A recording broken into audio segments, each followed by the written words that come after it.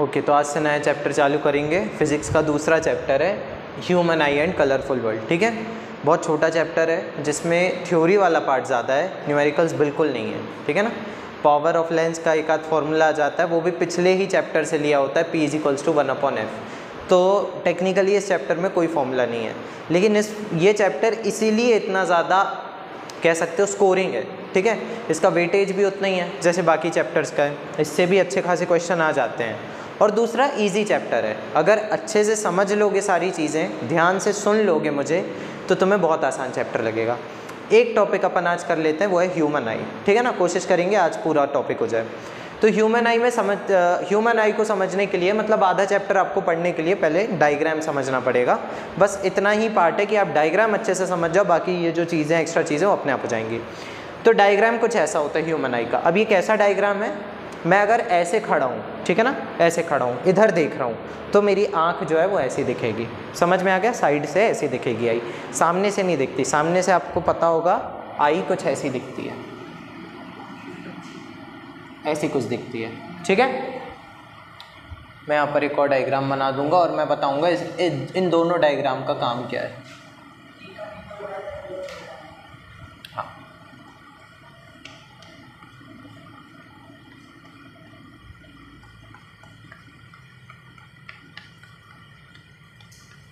ठीक है, तो देखो सामने से आई आपको ऐसी कुछ दिखती है। ठीक है, खैर ऐसा कभी नहीं होता किसी की एक ऐसी हो जाए, एक ऐसी हो जाए। ठीक है, पहले ये डायग्राम समझते हैं। सबसे पहला जो पार्ट आता है, ठीक है ना, सबसे पहला यहाँ पर मैंने वो वाइट पार्ट नहीं बनाया आँखों का जो होता है, वाइट पार्ट को स्क्लेरा कहा जाता है या कंजक्टिवा कहा जाता है। सबसे कंजक्टिवाइटिस सुना है, किसी की आंखों में लाल कहते हैं, क्या हो गया, आंख आ गई, है ना, तो वो कंजक्टिवाइटिस होता है। एक्चुअली वो वायरस या बैक्टीरिया की वजह से हो सकता है, इन्फेक्शन होता है सिंपल कहा जाए तो, और देखने से बिल्कुल नहीं फैलता। समझ लेना कि तुम बोल रहे हो कि कोई किसी की आंख आ गई, उसने मुझे देख लिया तो मेरी भी आंख आ जाएगी, ऐसा नहीं होता। वो इसलिए बन गया है ये चीज़ क्योंकि अगर किसी को आंखों में इन्फेक्शन है, वायरस बैक्टीरिया है, और किसी ने ऐसे आंख मल ली, तुम्हें छू लिया और तुमने अपनी आंख मल ली, तो तुम्हें फैल जाएगा वो, सिंपल। तो देखने से नहीं फैलता, छूने से फैलता है। समझ में आ गया। हो सकता है किसी ने ऐसा बोला हो कि उसने मुझे देख लिया तो इस वजह से फैल गया, देखा नहीं, उसने तुम्हें छू लिया, ये नहीं समझ पाए लोग। तो एक मिथ अपन यहाँ पर ख़त्म करेंगे कि देखने से कंजक्टिवाइटिस नहीं फैलता। होता क्या है कि सबसे बाहर, अब मैं सिर्फ वो वाले पार्ट बताऊंगा जो एक्चुअल देखने में हेल्प करते हैं, क्योंकि आई हमारा one of the sense organ है जो सेंसरी सिग्नल्स बनाता है और विजुअल इमेजेस को देखकर विजुअल सिग्नल बनाकर ब्रेन के पास भेजता है। समझ में आ गया। इतने 5 सेंसेस होते हैं हमारे, एक्चुअली 6वां सेंस भी होता है एक हमारे पास। ठीक है, उसके बारे में बाद में बात करेंगे। हाँ, 6वें जो सेंस होता है उसको प्रोप्रियोसेप्शन कहा जाता है। प्रोप्रियोसेप्शन का मतलब है महसूस करना। ठीक है, ऐसे आँख बंद करो, आँख बंद करो दोनों, हाथ सामने रखो। ठीक है, हाथ सामने रखो, आँख बंद करके एक उंगली बाहर निकालो, ऐसे एक बार देख लो, हाँ ऐसे बाहर निकालो, आँख बंद कर लो अब। ठीक है, अब तो कोशिश करो कि ये दोनों उंगली टच हो जाएं, आँख बंद करके करो, कोशिश करो उंगली टच करने की, दोनों ऐसे हो गई। तुमने देखा नहीं, बस नीचे कर लो, तुमने देखा नहीं कि उंगलियां कहाँ पर हैं, लेकिन तुम्हें पता है कि उंगली कहाँ पर है। इसको 6वां सेंस बोलते हैं अपन। ठीक है ना, पता होना। तुम ऐसे ऐसे नहीं हुए, ठीक है, तुमने प्रॉपरली ऐसे टच कर ली उंगली, तो तुम्हें पता होता है कि कोई चीज़ कहाँ पर है। कभी कभी तुम्हें ऐसा लगने लगता है कि हाँ मुझे ये चीज़ पता थी, इसको प्रोप्रियोसेप्शन कहा जाता है। एनीवेज, तो हमारा वन ऑफ द 5 सेंसेस है आई, जो कि विजुअल सिग्नल बनाता है और ब्रेन के पास भेजता है और हमें पता चलता है कि कुछ ना कुछ चीज़ हमें दिख रही है। सबसे पहले जो बाहर वाला पार्ट आता है, ये जो येलो वाला पार्ट मैंने बनाया है, मैंने कुछ इम्पॉर्टेंट नहीं कहेंगे, 10th क्लास के हिसाब से इम्पॉर्टेंट नहीं है, बट कुछ और पार्ट होते हैं जिनको स्क्लेरा, कोरॉइड जैसी लेयर कहा जाता है, जैसे शुरू से आगे से पीछे तक होती हैं और लेयर होती हैं, लेकिन वो मैंने नहीं बनाई क्योंकि वो देखने में ज़्यादा हेल्प नहीं करती हैं, उनका काम अलग है। देखने वाले ये सारे पार्ट्स हैं। पहला पार्ट जो सबसे बाहर होता है उसको हम क्या बोलते हैं, कॉर्निया। कॉर्निया सबसे बाहर वाला पार्ट होता है, ये जो मैंने येलो वाली लाइन बनाई है, जो कि बाहर का बल्ज आउट पार्ट होता है, जो हमारी आंखें हैं उसका जो बाहर की तरफ निकला हुआ जो ब्लैक कलर का पार्ट होता है, उसको हम कॉर्निया बोलते हैं। कॉर्निया का काम मैंने वहाँ पर लिखा है बेंडिंग ऑफ लाइट। हमें पता है कि लाइट जब एक मीडियम से दूसरे मीडियम में जाती है तो रिफ्रैक्शन होता है, पढ़ा था अपन ने लाइट वाले चैप्टर में। तो रिफ्रैक्शन में हेल्प करती है, हल्का सा लाइट को रिफ्रैक्ट कर देती है और अंदर की तरफ हल्का सा फोकस कर देता है कॉर्निया। अब साथ ही साथ सबसे आउटर लेयर है तो किस में भी हेल्प करेगी, प्रोटेक्शन में, डस्ट वगैरह से प्रोटेक्ट करने में। अगला जो पार्ट आता है आपका वो आता है आपका एक्वस चेंबर। आप देखो कॉर्निया के अंदर ये वाली जो खाली जगह है इसको हम एक्वस चेंबर कहते हैं और इसमें एक्वस ह्यूमर नाम का फ्लूइड भरा होता है।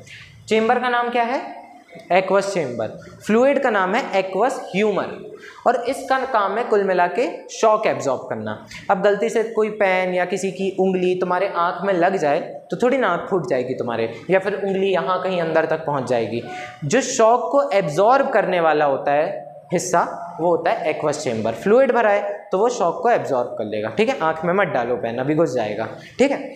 फिर उसके बाद अपन चलते हैं अगले पार्ट में जो कि होता है ये बीच का इतना सा पार्ट, इसको हम क्या बोलते हैं, प्यूपिल। ये जो आपको दिख रहा है ये क्या होता है, प्यूपिल होता है। समझ में आ गया। इसी प्यूपिल से ये जो मैंने पर्पल कलर की लाइट बनाई है ये अंदर एंटर करती है। हम कुछ भी देख पा रहे हैं तो लाइट किसके थ्रू एंटर कर रही है, हमारे प्यूपिल के थ्रू। अब प्यूपिल के चारों तरफ ये जो रेड कलर का मैंने बनाया और यहाँ पर ये जो ग्रीन कलर का बना है इसको हम बोलते हैं आइरिस मसल।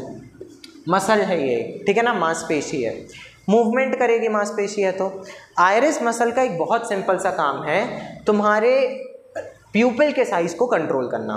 यहाँ पर प्यूपिल का साइज कैसा है, छोटा है, यहाँ पर कैसा है, बड़ा है।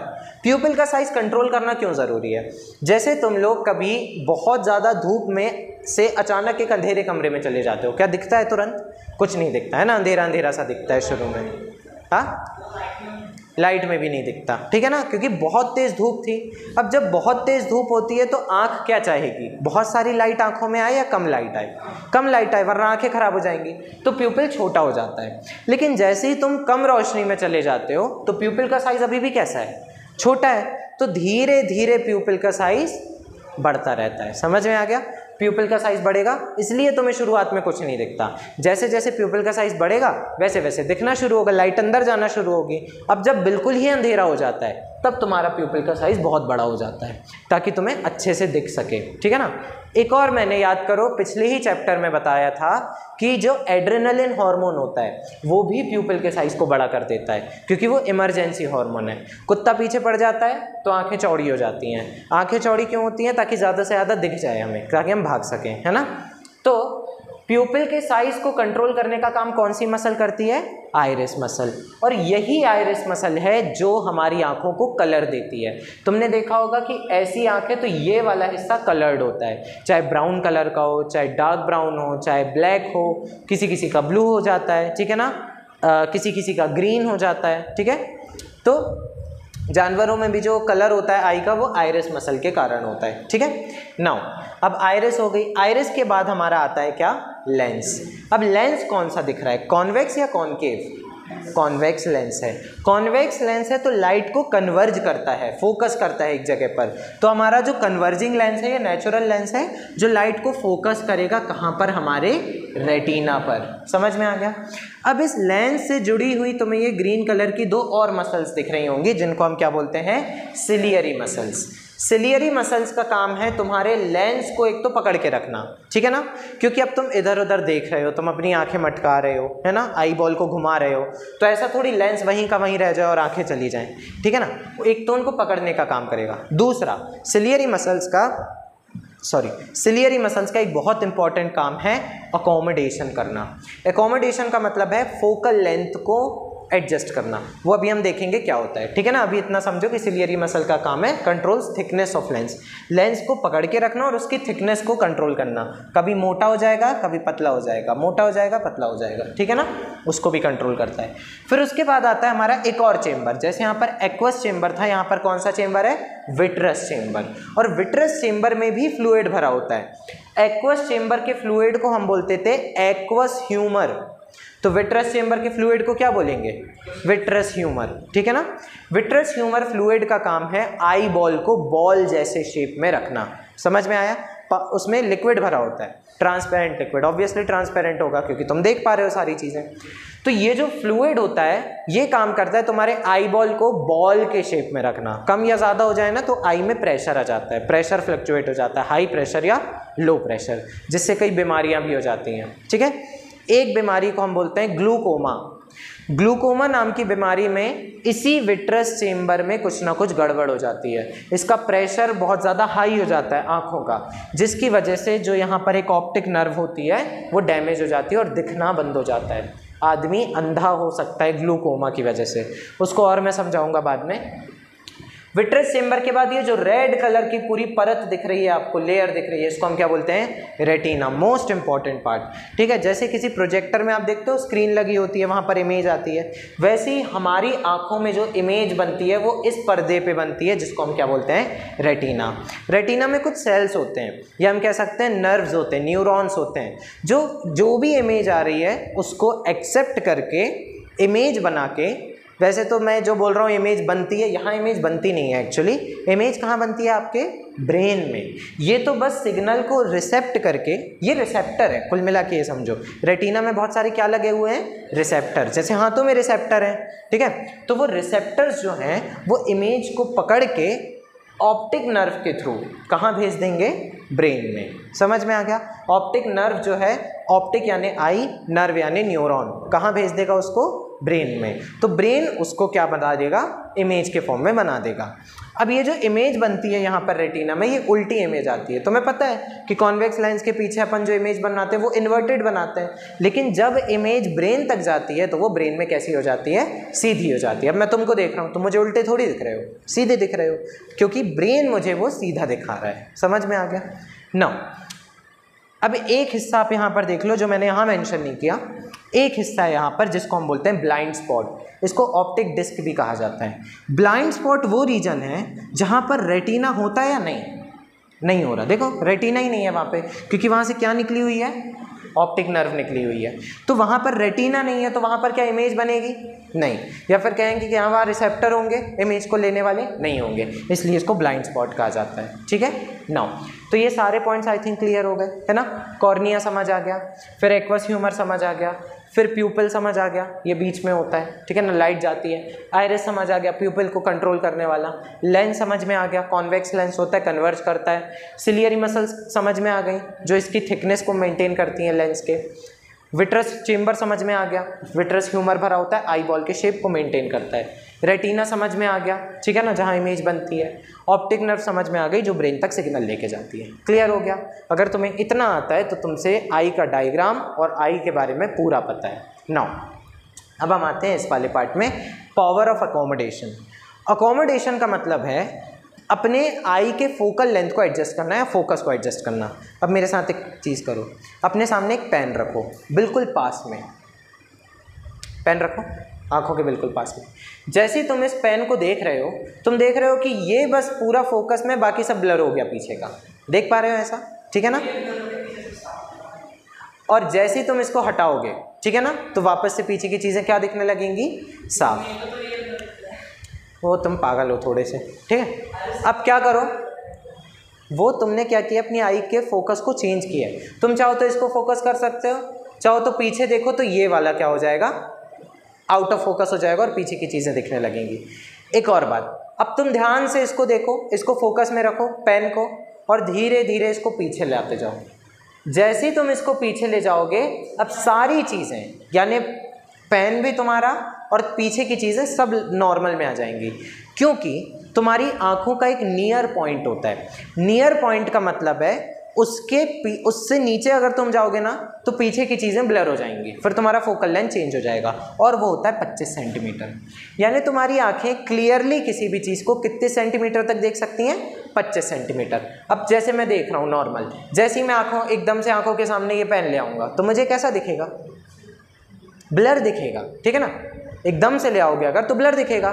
फिर तुम्हें ब्लर दिखेगा तो तुम्हें क्या करना पड़ेगा? आंखों को एडजस्ट करना पड़ेगा इसको फोकस में लाने के लिए। समझ में आ गया? ठीक है, 25 सेंटीमीटर तक सारी चीज़ें क्लियर है। उसके नीचे अगर तुम जाओगे तो चीज़ें ब्लर हो जाएंगी, फिर तुम्हें अपनी आंखों के फोकस को चेंज करना पड़ेगा इसको प्रॉपर देखने के लिए, बाकी चीज़ें क्या हो जाएंगी, ब्लर। नाउ इसलिए हम नियर पॉइंट को 25 सेंटीमीटर बोलते हैं कि इतने से इतने, कम से कम इतने तक आपको जो है चीज़ें प्रॉपर दिखेंगी, उसके नीचे आउट ऑफ फोकस हो जाएंगी, फिर आपको फोकस चेंज करना पड़ेगा। इसी फोकस के चेंज करने को हम क्या बोलते हैं, पावर ऑफ अकोमोडेशन। और इसमें कौन सी मसल्स हेल्प करती हैं, सिलियरी मसल, क्योंकि वो किसको चेंज करती हैं, लेंस की थिकनेस को, इसकी मोटाई को चेंज करती हैं। अच्छा ठीक है, लेंस की मसल्स को लेंस की थिकनेस को कैसे चेंज करती हैं, जैसे ही सिलियरी मसल रिलैक्स हो जाती हैं, सिलियरी मसल रिलैक्स होंगी तो लेंस कैसा हो जाता है, थिन, तो तुम्हारा फोकल लेंथ क्या हो जाता है, बढ़ जाता है। समझ में आ गया। फोकल लेंथ अगर तुम्हें बढ़ाना है, दूर तक देखना है, दूर तक फोकस रखना है अपना, तो तुम्हें अपने लेंस को थिन बनाना पड़ेगा। थिन बनाने के लिए तुम्हें सिलियरी मसल्स को क्या करना पड़ेगा, रिलैक्स करना पड़ेगा। समझ में आ गया। हाँ, तुम्हारी सिलियरी मसल्स ये काम खुद कर सकती हैं, ठीक है ना। हाँ, तुम्हारी भी कंट्रोल में होती, वॉलेंट्री मसल्स हैं, स्केलेटल मसल हैं, ठीक है ना, लेकिन तुम्हारी ज़रूरत के हिसाब से उसको चेंज करती हैं, ठीक है ना। जैसे अगर तुम ऐसे सामने किताब रख रहे हो, ठीक है, तुम पढ़ रहे हो, अब तुम किताब रख रहे हो तो तुम्हें ज़रूरी थोड़ी ना पीछे की चीज़ें भी देखनी चाहिए, पीछे की चीज़ें ज़रूरी नहीं है देखना, तो तुम सिर्फ किताबों को देखते हो, उसके वर्ड्स को देखते हो। समझ में आ गया ना। फिर उसके बाद अगर तुम्हें अपने फोकल लेंथ को कम करना है, फोकल लेंथ को कम करना है, तो लेंस को कैसा करना पड़ेगा, थिक करना पड़ेगा, जिसकी वजह से तुम्हारी जो सिलियरी मसल्स हैं वो क्या होंगी, कॉन्ट्रैक्ट। फॉर एग्जांपल, अब ध्यान से देखो, मेरा ये जो चौक है ये मेरे पास में 25 सेंटीमीटर से कम डिस्टेंस पर है ना, तो मुझे अपने फोकल लेंथ को जो कि पीछे है उसको क्या करना है, आगे करना है, यानी कि फोकल लेंथ क्या करना है, डिक्रीज करना है। अभी मैं जैसे कैमरे में देख रहा हूँ, ठीक है ना, अब कैमरा जो है मेरे से लगभग 50 सेंटीमीटर दूरी पर है, तो मेरा फोकल लेंथ कितना है, 50 सेंटीमीटर फोकस में वो है, लेकिन अब अचानक से मेरे 10 सेंटीमीटर दूर चौक आ जाती है, 10 सेंटीमीटर दूर, तो मुझे अपना फोकल लेंथ क्या करना पड़ेगा, डिक्रीज करना पड़ेगा। डिक्रीज करने के लिए लेंस को क्या करना पड़ेगा, थिक करना पड़ेगा, और वो कब होगा, जब मेरी सिलियरी मसल्स क्या होंगी, कॉन्ट्रैक्ट। तो मैं अपनी सिलियरी मसल्स को कॉन्ट्रैक्ट कर दूंगा तो मेरा फोकल लेंथ कम हो जाएगा। समझ में आ गया। इसको बोलते हैं power of accommodation. Near point 25 centimetre है, यानी 25 सेंटीमीटर तक तुमको कोई भी चीज़ क्लियर दिख सकती है, उसके नीचे ब्लर दिखती है। तुम बताओ फार पॉइंट कितना होगा, मैक्सिमम कितनी दूरी तक तुम चीज़ों को क्लियरली देख सकते हो, फिर भी कितना, हाँ, सूरज दिखता है क्लियर, यानी सूरज तो 15 करोड़ किलोमीटर दूर है, तो तुम्हारा फारदेस्ट पॉइंट 15 करोड़ किलोमीटर है ना। तुम्हें तो तारे भी दिखते हैं, लेकिन और तारे तो बहुत दूर हैं। तारे पता है कितने दूर है, जो तुम्हें छोटे छोटे तारे दिखते हैं वो किसी और सोलर सिस्टम के सन है। अब तुम्हारा सन इतनी गर्मी दे रहा है, वो तो बिल्कुल नहीं दे रहा, यानी वो तो अरबों खरबों किलोमीटर दूर है, तो तुम्हारा फारदेस्ट पॉइंट तो खरबों किलोमीटर दूर हो। वो सही कह रहा है, इनफाइनाइट है हमारा फारदेस्ट पॉइंट, उसकी कोई वैल्यू नहीं है। तुम जितनी बड़ी चीज़ को जितना दूर रख दोगे वो तुम्हें क्लियर ही दिखेगी। समझ में आ गया। अब तुम एक बल्ब को स्पेस में रख दोगे तो वो नहीं दिखेगा, क्योंकि उसका साइज़ क्या है, छोटा। लाइट पहुंचेगी, लेकिन बीच में इतनी बार गोल गोल गोल गोल घूम जाएगी कि तुम्हें प्रॉपर दिखेगी नहीं, और साइज़ छोटा है। पहले तो दिख रही है, लेकिन तुम्हारी आंखें उसको रिसेप्ट ही नहीं कर पा रही, तुम्हारी आंखें इतनी शार्प नहीं है, ठीक है। लाइट आएगी तुम तक, बल्ब की लाइट तुम तक आएगी स्पेस से, लेकिन तुम्हारी आंखें इतनी शार्प नहीं है कि उस बल्ब की लाइट को देख पाएँ। लेकिन तुम्हारी आंखें इतनी शार्प है कि दूर किसी तारे को देख सकती हैं। समझ में आ गया। लेकिन तारे ट्विंकल भी करते हैं, तुम्हें पता है ना, ट्विंकल ट्विंकल लिटिल स्टार, टिमटिमाते हैं तारे, वो भी इसी चैप्टर में पढ़ना है, क्यों टिमटिमाते हैं, ठीक है। एनीवेज, तो फारदेस्ट पॉइंट इन्फिनिटी होता है, नियर पॉइंट कितना होता है, 25 सेंटीमीटर बताऊंगा मैं, ठीक है। तो ये पूरा क्लियर हुआ, ठीक है। अब हम पढ़ते हैं आई के डिफेक्ट्स, विजन डिफेक्ट्स, ठीक है। अब इस तरफ दिए हुए हैं विजन डिफेक्ट्स, ठीक है ना, कैसे अलग अलग टाइप के आँखों की बीमारियाँ होती हैं। सबसे पहली जो बीमारी है उसको हम बोलते हैं मायोपिया या नियर साइटेडनेस। नियर साइटेडनेस से कंफ्यूज मत होना, ठीक है ना। ये एक ऐसी बीमारी है जिसमें आपको दूर का नहीं दिखता। लेकिन पास का दिखता है, तो इसलिए इसका नाम क्या है, नियर साइटेडनेस। ठीक है, ये इससे याद रखना, नियर साइटेडनेस मायोपिया, जिससे दूर का नहीं देता। ज़्यादातर ये बीमारी होती है बच्चों में, ठीक है ना, यानी बचपन से अगर आपको चश्मा लग रहा है या फिर एक यंग एज में आपको चश्मा लग रहा है तो बहुत चांसेस है आपको कौन सी बीमारी है, मायोपिया। मायोपिया में क्या होता है कि आपका जो लेंस है ना वो थिक हो जाता है। जैसे अपन ने पावर ऑफ अकोमोडेशन में देखा था कि जब लेंस थिक हो जाता है तो फोकल लेंथ क्या हो जाता है, डिक्रीज हो जाता है। लेकिन ये नेचुरल चीज़ है। ये कब होता है, जब आप बहुत ज़्यादा स्क्रीन देखते हो, बहुत ज़्यादा स्क्रीन देखते हो, बहुत पास से देखते हो, तो आपका लेंस कैसा हो जाता है, थिक।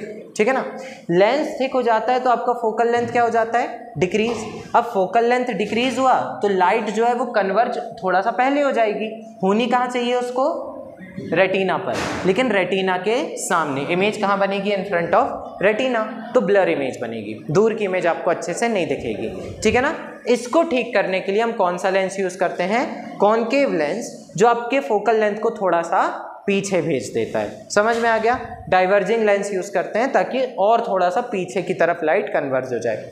ठीक है, नाउ अगली जो बीमारी आती है उसको हम बोलते हैं हाइपरमेट्रोपिया या फिर फार साइटेडनेस, यानी कि आपको पास का नहीं दिखता, दूर का दिख जाता है। ये बीमारी होती है जनरली थोड़ा सा उम्र दराज लोगों को। अगर कोई 40 साल 50 साल का हो गया है तो जनरली उसको हाइपरमेट्रोपिया हो जाता है, जो ऐसे दूर से देखने लगते हैं। ठीक है ना, उनको क्यों बीमारी होती है वो भी सेम है। लेंस कैसा हो जाता है, थिन। यहाँ पर थिक हो रहा था, यहाँ पर लेंस कैसा हो जाता है, थिन। लेंस के थिन हो जाने से फोकल लेंथ कहाँ खिसक जाता है, पीछे की तरफ बढ़ जाता है वो। तो वो कहाँ बनती है image, behind the retina. Image पीछे बन गई रेटिना के, तो आपको पास की चीज़ें ब्लर दिखेंगी। ठीक है ना, इसको ठीक करने के लिए हम और ऐसा लेंस यूज़ करेंगे जो लाइट को इतना कन्वर्ज करे कि इमेज थोड़ा सा आगे बन जाए। कौन सा लेंस यूज़ करेंगे, कॉन्वेक्स। ऐसा ही एक आर्टिफिशियल लेंस का चश्मा हम पहन लेंगे यहाँ पर, तो लाइट थोड़ा आगे की तरफ कन्वर्ज हो जाएगी तो रेटिना पे पड़ेगी। आपको एग्जाम में हो सकता है डायग्राम बनाने आए, एक तो ये डायग्राम हो गया कौन सा, बीमारी वाला, एक डायग्राम करेक्शन वाला चाहिए होगा आपको। तो आपको सिंपली क्या करना है, इसके आगे आप कौन सा लेंस बना दोगे, कॉनकेव लेंस, और इसके आगे कौन सा बना दोगे, कॉन्वेक्स लेंस, और इसको पीछे और इसको आगे की तरफ कर दोगे तो आपका डायग्राम बन जाएगा। ये क्वेश्चन क्योंकि आ जाता है। तीसरी बीमारी है प्रेसबायोपिया। प्रेसबायोपिया भी एज रिलेटेड बीमारी है। इस बीमारी में क्या होता है कि आपकी सिलियरी मसल्स वीक हो जाती हैं एज के साथ, तो आपका कौन सी पावर चली जाती है, पावर ऑफ अकोमोडेशन। तो आप ना पास की चीज़ें सही तरीके से देख पाते हो, ना ही दूर की चीज़ें। इसके लिए आपको जो लेंस लगेगा वो तो दोनों लगेगा, कॉनकेव भी और कॉन्वेक्स भी। अब दो चश्मे तो पहन नहीं सकते, तो एक लेंस है जिसको हम बोलते हैं बाईफोकल लेंस। कौन सा, बाईफोकल, जिसमें दो हिस्से होते हैं। ऊपर की तरफ जो हिस्सा होता है वो कौन सा होता है, कॉनकेव, जो आपको दूर की चीज़ें देखने में हेल्प करेगा, जैसे मायोपिया में होता था। और दूसरा लेंस होगा आपका कॉन्वेक्स, जो नीचे की तरफ होगा, वो आपको पास की चीज़ें देखने में हेल्प करेगा, जैसे हाइपरमेट्रोपिया में होता था। तो बाईफोकल से वो सही हो जाता है।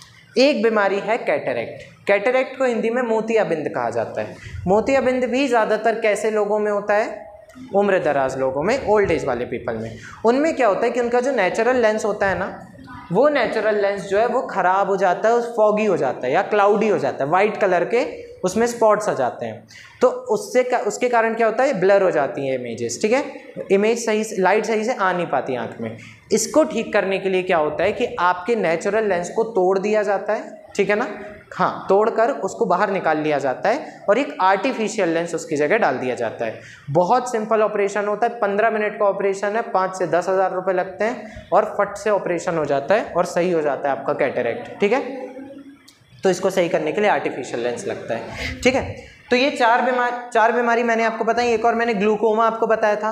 विट्रस चेंबर का फ्लूइड जो है, अगर उसमें कम या ज़्यादा हो गया तो प्रेशर चेंज हो जाता है आंखों का, और अगर प्रेशर चेंज हो गया आंखों का, ज़्यादा समय तक आपकी आंखों में प्रेशर चेंज रहा तो आपकी ऑप्टिक नर्व खराब हो सकती है, और ऑप्टिक नर्व खराब हो गई तो इमेज रेटिना पे बनेगी तो, लेकिन कहाँ तक नहीं जाएगी, ब्रेन तक। तो आपको लगेगा कि आपको कुछ नहीं दिख रहा, तो अंधा हो जाता है व्यक्ति। ठीक है ना, ग्लूकोमा के साइन अलग होते हैं थोड़े से। ग्लूकोमा में क्या होता है कि आपको साइड की चीज़ें क्लाउडी दिखने लगती हैं, सिर्फ बीच का पार्ट आपको दिखता है, बाकी चीज़ें जो है चारों तरफ जो है वो क्लाउडी दिखने लगेगा। समझ में आ गया? ठीक है, तो ये हो गया हमारा आई का पूरा पार्ट। ठीक है ना, मेरे ख्याल से अब आई वाला कोई भी हिस्सा नहीं बचा है। हाँ कोई भी हिस्सा नहीं बचा। नेक्स्ट क्लास में हम जो है वो कलरफुल वर्ल्ड वाला पार्ट शुरू करेंगे जिसमें हम रिफ्रैक्शन में आएंगे, ठीक है ना, एटमॉस्फेरिक रिफ्रैक्शन।